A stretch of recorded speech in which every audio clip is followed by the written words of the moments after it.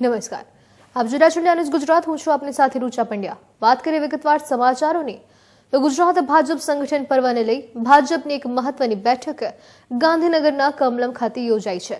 આ બેઠકમાં 33 જિલ્લા પ્રમુખની નિયુક્તિ અંગે માર્ગદર્શન આપવામાં આવ્યું. 9 મનપા પ્રમુખની નિયુક્તિ અંગે ખાસ માર્ગદર્શન આપવામાં આવ્યા અને સાથે સાથે જ પ્રદેશ પ્રમુખ CR પાટીલના અધ્યક્ષસ્થાને આ બેઠક યોજવામાં આવી. આ બેઠકમાં ભાજપના રાષ્ટ્રીય મહામંત્રી ડોક્ટર રાધા મોહન અગ્રવાલ હાજર રહ્યા. સાથે જ તાલુકા જિલ્લા પ્રમુખ સાંસદ સભ્યોની પણ હાજરી જોવા મળી. ભાજપ સંગઠન પર્વને લઈને પ્રદેશ ભાજપ ખાતે મહત્વની આ બેઠક ચાલી રહી છે, જેમાં જિલ્લા પ્રમુખોની નિયુક્તિ દોર પહેલા જ આ મહત્વની બેઠક કહેવાય. ધારાસભ્યો, તાલુકા અને જિલ્લા પ્રમુખ તેમજ સાંસદ સભ્યો પણ આ બેઠકમાં હાજર રહ્યા હતા.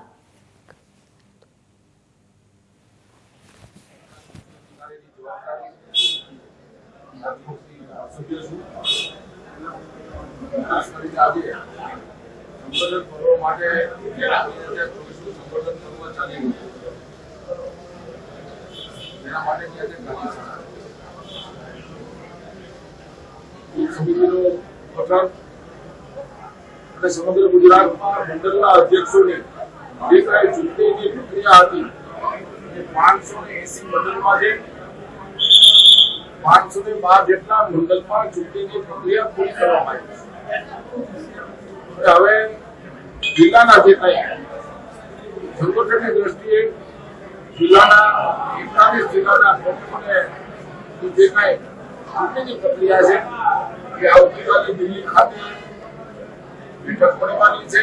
રાષ્ટ્રીય કાર્યાલય ત્યાં જે પ્રમાણે માર્ગદર્શન મળે જે પ્રમાણે આગળની પ્રક્રિયા કરવામાં આવશે.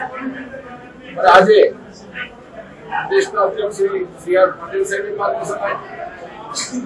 રાષ્ટ્રીય મહામંત્રી આદરણીય શ્રી રાધા મોહન અગ્રવાલજીએ પણ આજે તમામ કાર્યકર્તાઓને આગામી દિવસોમાં જે સંગઠનની પ્રક્રિયા જે કાંઈ ક્રાઇટેરિયા છે, જે મર્યાદા એના માટે પણ આજે માર્ગદર્શન આપ્યું છે.